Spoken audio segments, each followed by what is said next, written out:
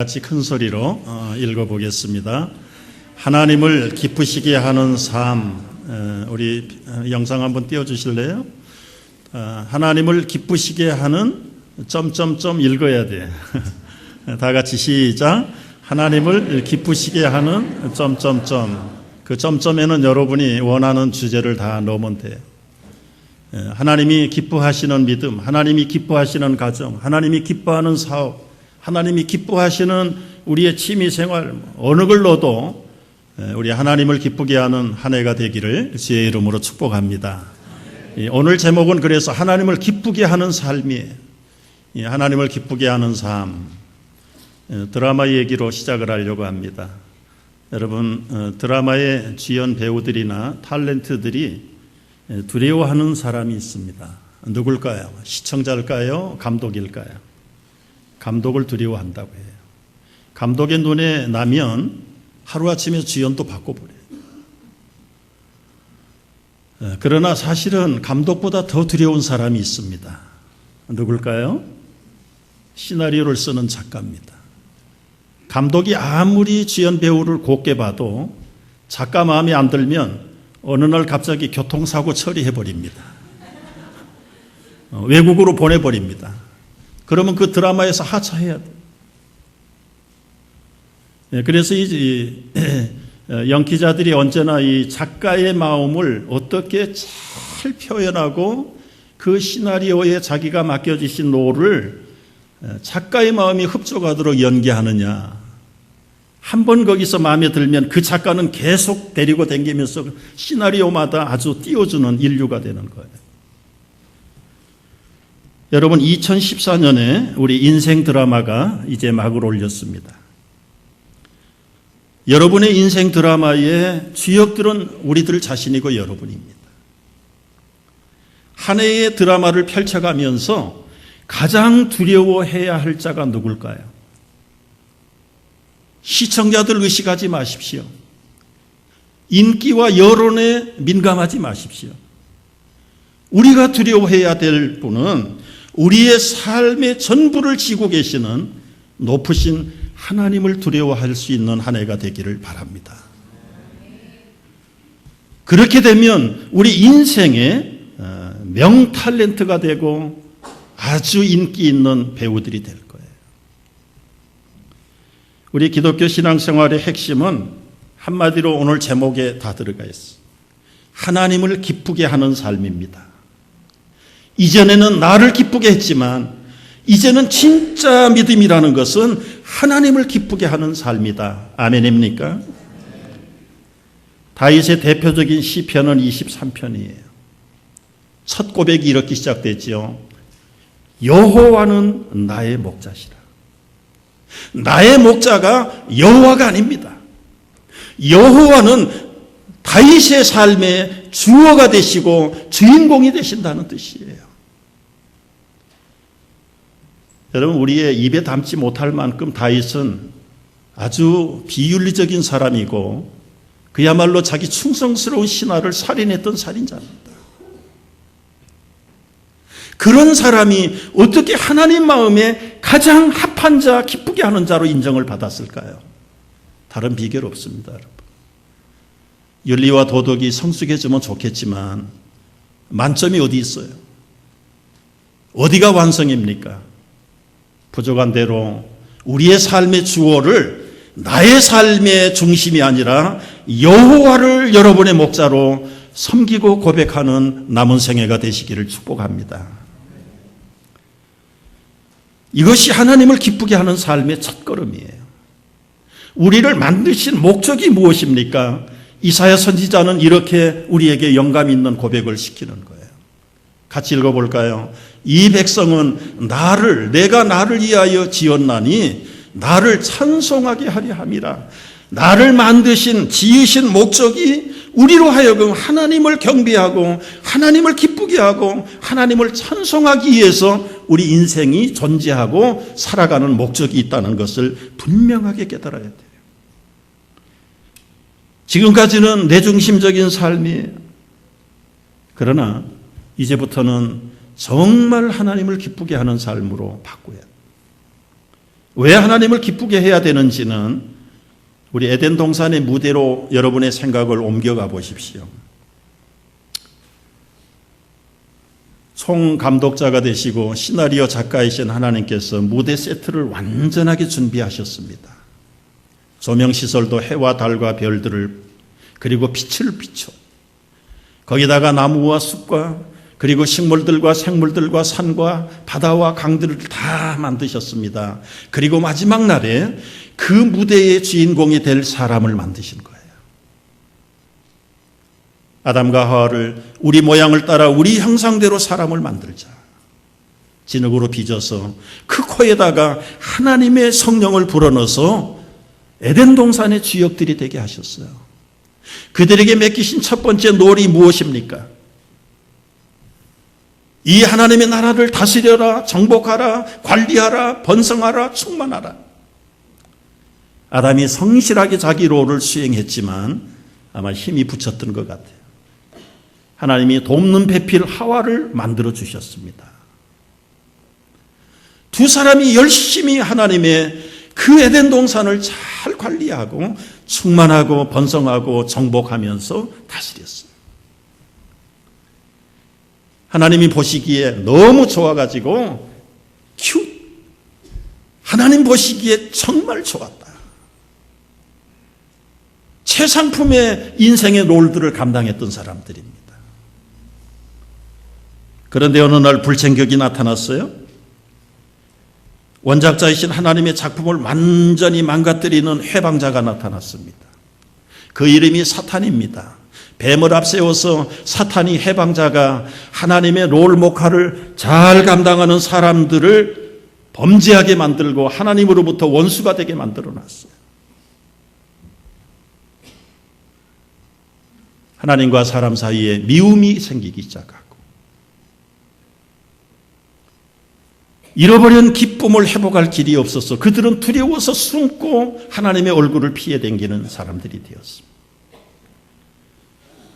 벌거벗고 죄책감에 두려워서 떨고 있는 사람에게 하나님은 직접 찾아갔어요. 그리고 하나님께서 가죽옷을 입혀주셨습니다. 그 하나님은 여자의 후손을 약속해 주셨습니다. 노아의 방주를 예비해 주셨습니다. 이삭을 대신해서 수양을 예비해서 세상죄를 지고 가는 예수님의 예표로 예수님을 벌써 이미 구약시대 창세기에서 죽이시겠다고 약속을 하셨어요. 처녀를 통해서 임마누엘을 보내주시겠다고 약속을 하셨습니다. 독생자를 십자가에 내어주시기까지 하나님은 우리의 기쁨을 회복하기 위해서 십자가의 구속의 사건을 치르셨습니다. 부활하신 예수님 승천하신 다음에 보혜사 성령을 보내주셔서 우리와 함께 기쁨으로 살아가도록 보혜사 성령을 보내주셨습니다. 이 모든 일련의 하나님의 공급하심과 베푸심은 한마디로 헤세드예요. 헤세드. 은혜입니다. 은혜. 조건 없는 은혜. 자격 없는 회방자로요. 조종을 받고 원수가 됐던 인생들을 향한 하나님의 조건 없는 사랑의 베푸심, 헤세드예요. 그럼에도 불구하고 사람들은 계속해서 마음을 닫기 시작했습니다. 정말 하나님이 사람을 지으셨던 것을 후회할 만큼 기대에 져버리는 악역을 자청하는 악역 배우들로 다 전락을 해버렸습니다.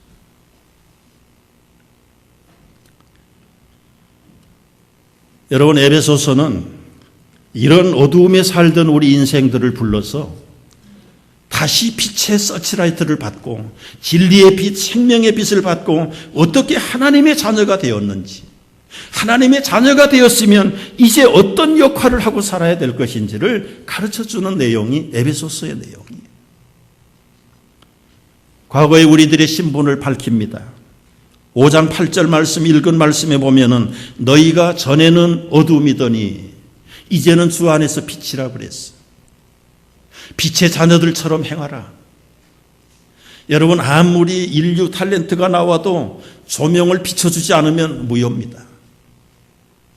아무리 엑스트라라고 해도 거기에 조명을 비치고 그리고는 스크린에 띄워주면은 그 사람은 지옥이 되는 거예요. 우리 전의 신분이 무엇입니까? 여기에 비포와 애프터가 있어요. 전에는 어두움의 존재들이었습니다. 어둠은 다 죽음과 절망에서 소망 없는 인생들이었습니다. 그러나 이제 애프터가 어떻게 됐어요? 주 안에서 빛이 됐습니다. 진리의 빛, 말씀의 빛, 생명의 빛을 비춰서 어둠 가운데 있던 우리들을 영원한 진리의 자녀로, 빛의 자녀로 불러내신 것입니다. 놀라운 일입니다. 우리가 해야 될 배역이 무엇인가요? 모든 착함과 의로움과 진실함의 배역을 하라. 너희가 전에는 어두움이되 이제는 주 안에서 빛이라. 빛의 열매는 모든 착함과 의로움과 진실함의 역할을 하라는 거예요. 어떻게 할 바를 알지 못하는 사람들을 향해서 또 한 번 권면해요. 너희가 어떻게 주님을 기쁘게 할 것인가? 시험하여 보라. 시험하여 보라. 여러분 1년 동안, 새해 동안에 정말 주님을 어떻게 기쁘게 할 것인가 한번 시험해 보실 수 있기를 바라요. 번역이 그런 번역은 아니지만 정확한 번역은 한번 입증해 보라는 거예요. 한번 해보고 증명해 보이라는 거예요. 주님을 어떻게 기쁘게 할 것인가 한번 실천해 보고 입증해 보고 증명해 보면 이게 진실인지 아닌지를 깨닫게 된다는 거예요. 하나님을 기쁘게 하는 방법, 어찌할 바를 모를 때 한번 시험해 보십시오. 여러분 한 해 동안 주님을 기쁘게 하는 다 사람마다 틀리겠죠. 나는 어떤 방법을 통해서 주님을 기쁘게 할 것인가? 개인적으로 보면은 새해에는 담배 끊기를 원해서 금연 결단이 제일 많다 그래요. 정말 하나님을 기쁘게 하기 위해서 내가 금연하겠다. 때로는 술을 절대로 끊어버리겠다. 여러 가지 많은 것들을 가지고 갈 수 있을 거예요. 올해는 정말 주님의 뜻을 알기 위해서 우리 작년 교육위원회가 가이드라인을 준 것처럼 성경 통독의 뜻을 한번 꿰뚫어 보겠다. 1년에 2번. 제가 만나는 교우들마다 그 프로그램에 참여하는 분들은 하나같이 이구동성으로 너무너무 좋다. 너무너무 은혜가 된다. 여러분이 한 해 동안에 하나님의 말씀을 꿰뚫는 은사들이 여러분에게 있기를 축복합니다. 개인적으로 얼마든지 정말 하나님을 기쁘게 하는 가정, 하나님을 기쁘게 하는 자녀들로 어떻게 우리 부모들이 섬겨야 될 것인가? 원단에 결단하시고 하나님을 한번 시험해 보세요. 그리고 입증해 보세요. 그리고 한 해 동안 그 일을 위해서 믿음으로 전진해 보십시오. 우리가 2014년 한 해를 출발하면서 우리 교회적으로 해야 될 이 입증, 시험해야 될 것 2가지 말씀 나누고 싶어요. 하나는 교회적으로 새 예배당을 공사하는 일이 본격화될 것으로 믿습니다. 여러분 이건 사람이 시작한 일이 아니에요. 정말 오랫동안 기다렸던 수건사업이에요. 저 아름다운 여러분 21에이커의 땅이 우리가 갖고 싶어서 가질 땅이 아닙니다. 이미 14년 전 계셨던 교우들은 다 기억할 거예요. 그때 여러분 아무런 비전이 없을 때예요. 그냥 비좁아서 미어터질 때 이구동성으로 우리가 새로운 변화를 시도해야 된다. 그래서 저 땅이 나오기도 전에 자원해가지고 제 기억으로는 아마 130만 불 자원해서 헌금을 모아놨습니다. 준비되니까 하나님께서 21에이커의 땅을 저희들에게 주신 거예요. 여러분 이건 인위적으로 취하려고 해도 취할 수 없는 땅이라는 거 여러분 아시잖아요. 그 당시만 해도 1,000만 불이 넘어가는 시가의 땅을 3분의 1 가격으로 저희들에게 주신 건 그게 우연일까요? 힘써서 될 일입니까?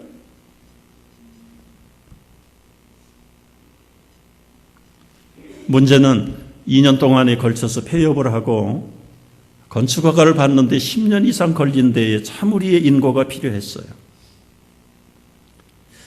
그러나 여러분 이제 출발해가지고 금년까지 아마 14년 걸렸을 거예요.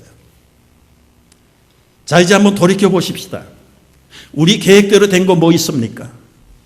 우리가 절망한다고 해서 안 될 일이 뭐 있었습니까?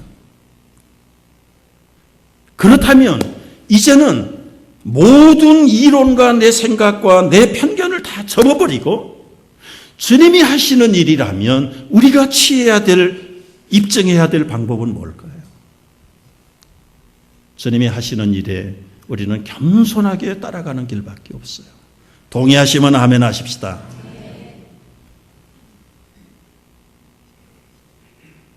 여러분, 우리 인생을 돌이켜보면 하나같이 다 그래요. 여러분 계획대로 된 거 있나요? 내가 하기 싫다고 해서 안 된 일이 있나요? 문제는 뭐예요? 시나리오 작가의 손에 달린 거예요. 영적으로 민감하고 충만하다는 말은 그분의 시나리오를 가급적이면 먼저 읽을 수 있는 배우가 현명한 배우지. 여러분, 이미 나를 향하신, 우리 교회를 향하신 하나님의 시나리오가 있는데 그건 아무도 변개할 수 없어요. 그걸 미리 눈치채고 그걸 믿음으로 깨닫는 가운데 쫓아가는 자가 지혜로운 자들입니다.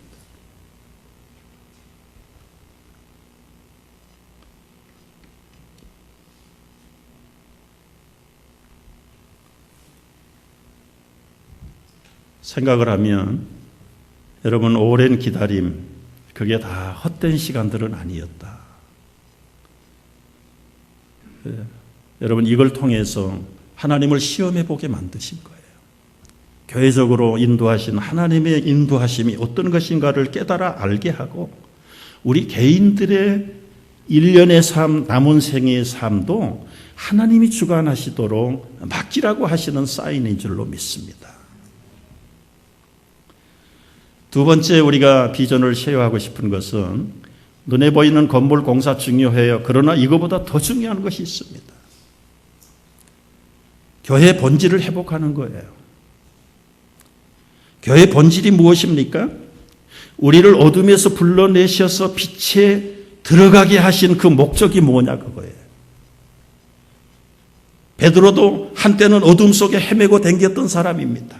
자기 입으로 저주하고 맹세하면서 주님을 떠났던 사람이에요. 그러나 하나님의 끊을 수 없는 그 집요한 선택 앞에, 하나님의 사랑 앞에 빛에 들어가서 보니까 자기가 얼마나 어리석은 사람이었는가를 알게 되고 나서 노년의 부끄러움을 무릅쓰고 우리에게 고백한 내용이 무엇이냐?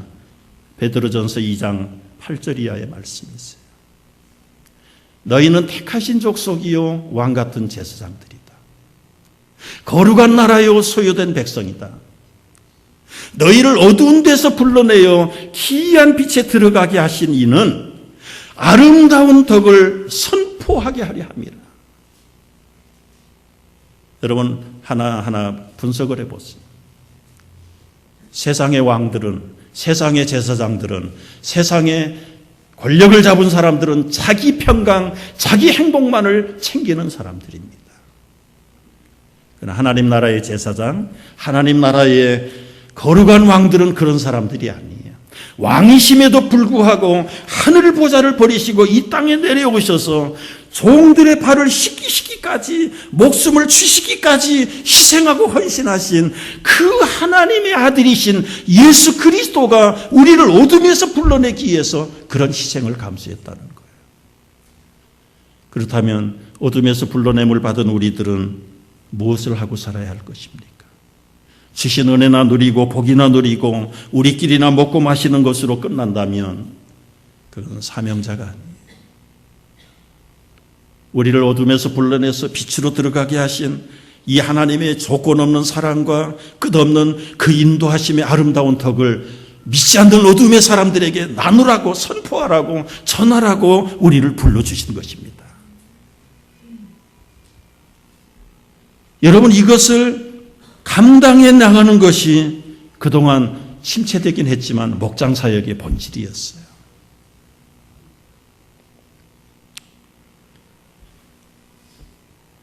나팔수의 사명은 나팔을 불 때 사명하는 거예요. 나팔만 가지고 있으면 나팔수가 아닙니다. 종을 치는 사람의 사명은 종을 땡겨서 소리가 울려 퍼질 때 종치기의 사명을 다 하는 것입니다. 소방수의 사명은 폼나는 차 타고 왱왱거리면서 댕기는 게 사명이 아니에요. 불타서 죽어가는 현장 속에 뛰어들어가서 죽어가는 불타는 사람을 끄집어내고 구출하는 사람이 소방수의 사명이에요. 여러분, 왕같은 제사장으로, 그리고는 거룩한 나라 백성이라는 게 뭔가요?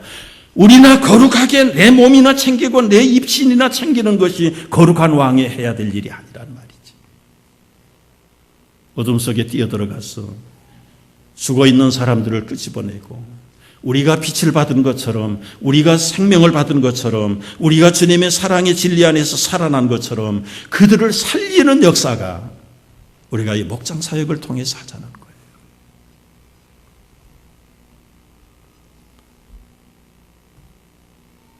사랑하는 여러분, 우리 목장의 본질을 다시 회복시켜야 됩니다. 10여 년 전에 시작할 때 여러분 기억하시죠? 그 당시 저희 교회 형편은 1년에 등록교인이 250명에서 270명이었습니다. 그걸 자그마치 3년 동안 그렇게 했어요. 3년쯤 지나고 났을 때요, 봄에 가을에 세례를 베풀어야 되는데 세 베풀 사람이 한 사람도 없어요. 1년에 등록교인이 250명 이상씩 등록을 했는데 세례 베풀 사람이 없다는 것은 무슨 말씀입니까? 이미 다 예수를 영접하시는 타교의 교인들이 일로 전입을 오신 거예요. 교회로 봤을 때는, 수지타산으로 봤을 때는 그거 감사한 일입니다. 그야말로 부흥이요 성장이라고 다들 좋아했어요. 목사도 싫어할 이유가 없어요. 그러나 저는 이 자리에 엎드려 기도할 때마다 솔직한 양심의 가책을 느끼지 않을 수가 없었어요. 하나님이 당신의 아들을 이 땅에 보내서 십자가에 피 흘려 죽게 하신 것은 천하 만민에게 다니면서 복음을 전하고 세례를 주라고 교회를 세웠는데 세례 줄 교인이 없다. 우리 교회는 미어 터지는데 상대적으로 어떤 교회는 눈물을 흘려야 되는 것이 우리 교회 현실의 현실성이에요. 현실성. 여러분, 그때 오신 분들에게 여러분 부담을 드리려는 생각이 없어요. 그러나 우리의 어둠에서 불러내서 빛으로 들어가게 하신 그 목적과 교회를 세우신 본질을 우리가 잊어버린다면, 우리나 먹고 마시는 제사장이나 세속적인 왕처럼 전락해 버린다면 교회의 본질이 없어져 버리는 거예요.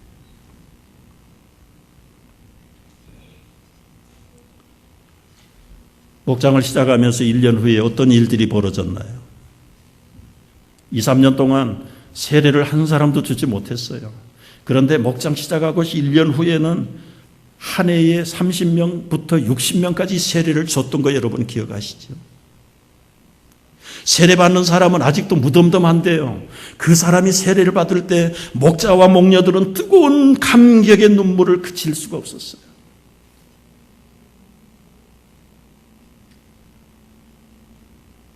하나님의 교회가 본질을 회복하고 재궤도로 들어서니까 각본이 없던 해방자가 나타난 거예요. 사탄이 나타난 거예요. 저희가 거기에 농락을 당한 거 솔직하게 인정할 수밖에 없어요. 여러분, 이제는 그런 홍역의 태풍이 지나가고도 몇 해가 됐어요. 우리는 이제 일어나야 합니다. 잠자는 자들 속에서, 영적으로 죽어있는 자들 속에서 뭐라고 말씀을 하세요? 죽은 자들 가운데서 일어나라, 일어나라. 그리스도의 빛이 비치고 있다. 그리스도의 빛이 비치고 있다.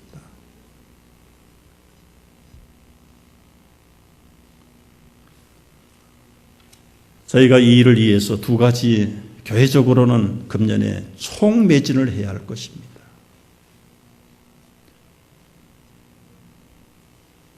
새 땅에 하나님의 아름다운 비전랜드를 건축하는 일과 그리고 교회의 본질을 회복하는 일. 이것이 우리를 향하신 하나님이 우리를 기대하시는 비전들이에요. 여러분, 한 사람 얘기를 하고 마치겠어요. 내 인생을 주께 걸라라고 하는 자기 간증 고백서를 낸 최하진이라는 교수의 이야기입니다.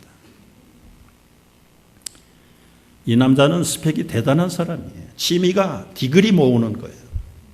28살에 한국의 콰이스트에서 PhD를 받은 사람이고, 그리고 미국의 스탠포드에서 교수로 초빙을 받았던 아주 20대에 잘 나가던 엘리트였어요.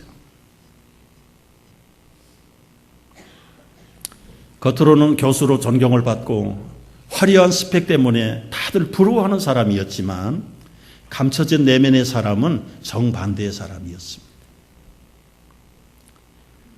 여러분, 밤만 되면은 술집으로 화토판으로 찾아다니면서 쾌락을 즐기기를 좋아했는데 그의 별명이 광팔이였대요. 광팔이.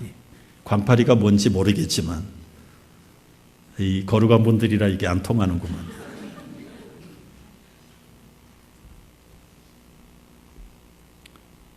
거기 가서도 과학적으로 화투를 쳐가지고 돈을 얼마를 많이 버는지 몰라요. 교수직을 1년 쉬고 복도방을 드나들면서 땅을 사고 아파트를 사가지고 1년에 1억을 벌었대. 1억을 벌었대. 화투 치는 것은 겉의 취미고 진짜 취미는 고가품의 오디오 세트를 콜렉션하는 거예요. 방마다 남들이 갖지 않는 고가품의 오디오 세트들을 정해놓고는 자기 나름대로 인생을 즐기고, 그리고도 영적으로 정신적으로 만족이 없어서 주말에는 등산, 낚시, 골프에 미친 사람이 되고, 밤이 되면은 그 대덕단지 옆에 유성이라는 활락가에 가가지고는 술에 잠겨버리고, 낮에는 다 부러워하고 존경하는 대학의 강단의 교수가 하고, 어느 날 밤에 광을 실컷 팔고 돌아가는데 머릿속에 이런 생각이 탁 스치더래요. 내가 이렇게 살아서 되는 걸까?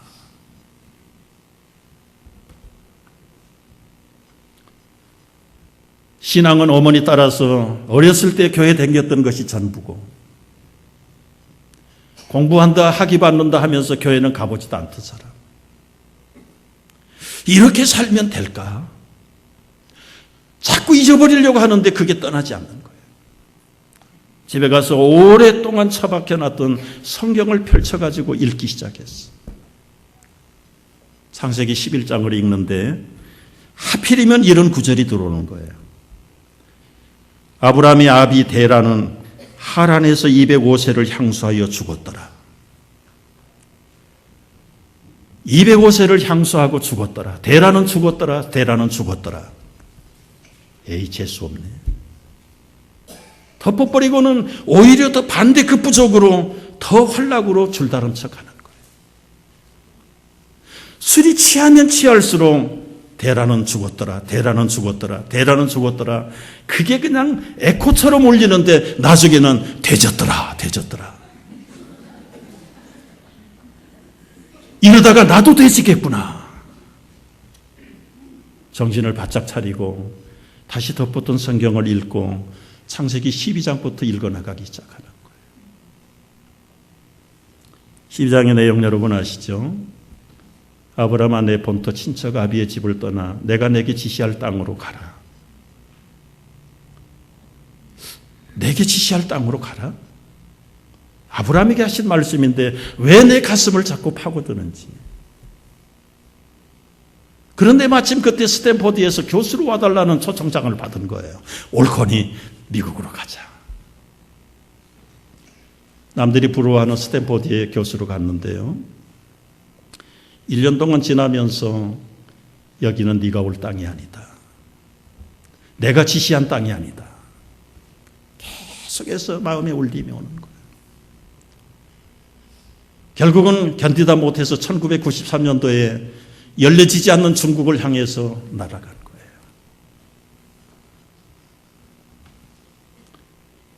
교수 선교사로 간 겁니다. 전문인 선교사로 간 거예요. 처음에 가서는 한두 시간 가르치고 나서는 하는 일이 없어서 화장실 청소하기 시작했어요.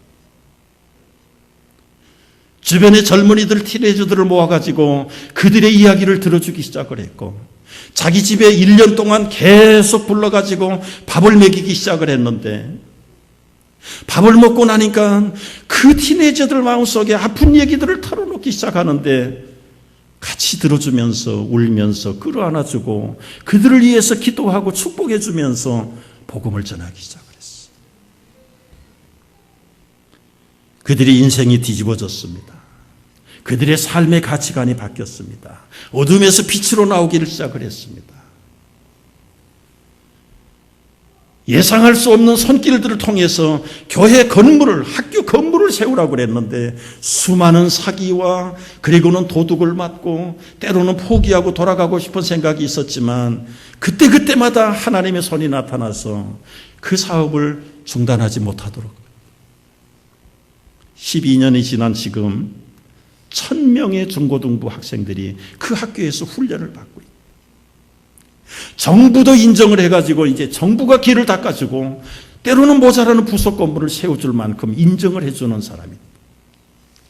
지금도 자기의 직책은 수의 아저씨, 화장실 청소부, 뚜렷한 명분이 없다는 거예요. 그러면서도 12년 동안 그 중고등부 아이들을 길러가지고 거기에 선배들이 나타나고 졸업을 하고 나가는데 벌써 대학을 졸업하고 유학을 갔다 온 사람들이 나오고, 그들이 좋은 교수의 초청을 거절하고 자기들의 후배들을 가르치고 섬기는 교사로 은행에 짭을 내버리고 와서 그 후배들을 가르치는 동역 교사들이 됩니다.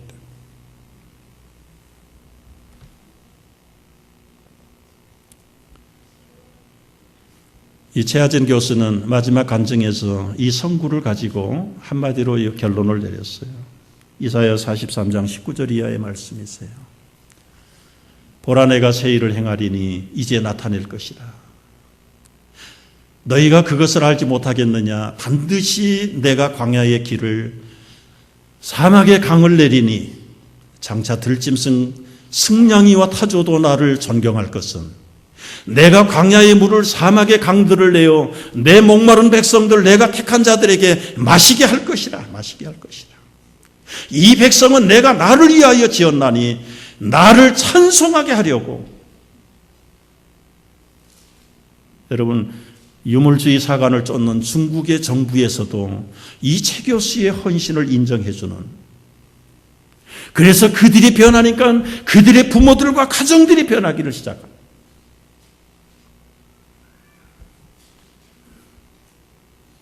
더 늦기 전에, 더 후회하기 전에, 자기 모토라고 그래요.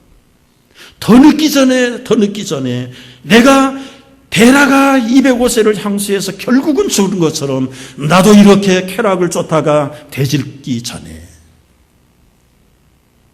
주님의 음성 앞에 순종하고 달려갔더니 사막의 강을 만들고 그야말로 물을 만들어서 목마른 인생들을 흡족하게 마시게 하시는, 그래서 하나님과 원수되었고 어둠에 있던 그 많은 어둠의 사람들이 하나님을 찬양하는 자리에 나오도록. 그럼 PhD를 몇 개를 가지면 무슨 의미가 있나요? 본인에게는 아무런 가치가 없다는 거죠. 천하에 돈 주고도 살 수 없는 그 고귀한 생명들이 살림을 받고 빛으로 나오고 진리의 자녀들이 되어가는 일을 바라볼 때 여러분, 그것이 우리가 함께 공유해야 될 우리의 비전입니다. 우리의 꿈입니다. 여러분 믿으시면 아멘 하십시다. 우리가 새 땅에 가면 해야 할 일이 무엇입니까? 아니, 가기 전부터 해야 할 일이 무엇입니까? 어둠에 있는 영혼들을 건지는 거예요. 그리고 새 땅에 건물이 지어지면 예배만 드리는 것이 아니라 거기에 정말 요람부터 무덤까지의 올 제너레이션들을 영적으로 책임지는 복음의 센터가 돼요. 크리스천 스쿨을 해야 됩니다. 티네이저들의 청소년 회관을 만들어야 될 것입니다. 우리 어덜트들을 위한 프로그램과 시니어들을 위한 프로그램들이 만들어져야 될 것이에요. 이 꿈을 가지고 시작했던 일이 우리 새 땅의 비전랜드 프로젝트예요. 큰 일에 앞으로 어려움이 없으라는 법이 없어요. 그러나 두려워하지 마십시오. 하나님이 시작하셨습니다. 아멘. 하나님이 하실 것입니다. 아멘. 교회적으로 이 두 가지 비전을 나누면서 여러분 개인적으로 아까 말씀드린 대로 하나님을 기쁘게 하시는 점점점에다가 여러분의 약한 부분, 원하는 소원들과 거룩한 기도 제목들을 넣으십시오. 그리고 365일, 이제 벌써 며칠 지나갔어요. 남은 365일을 줄기차게 달려가고 52주 성년주일에 우리가 해야 될 감사의 제목이 뭘까요? 궁극적으로는 예수님에게 돌아갈 수밖에 없어요. 예수님은 십자가에서 다 찢기시고 피를 흘리면서 마지막 고백이 뭐였습니까? 아버지가 하라고 하신 모든 사역을 다 이루었습니다. I am finished. 텔테스타이.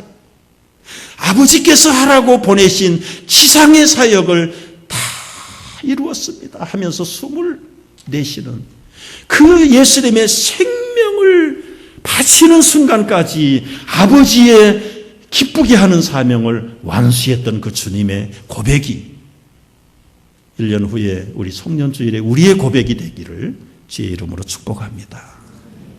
기도하겠습니다.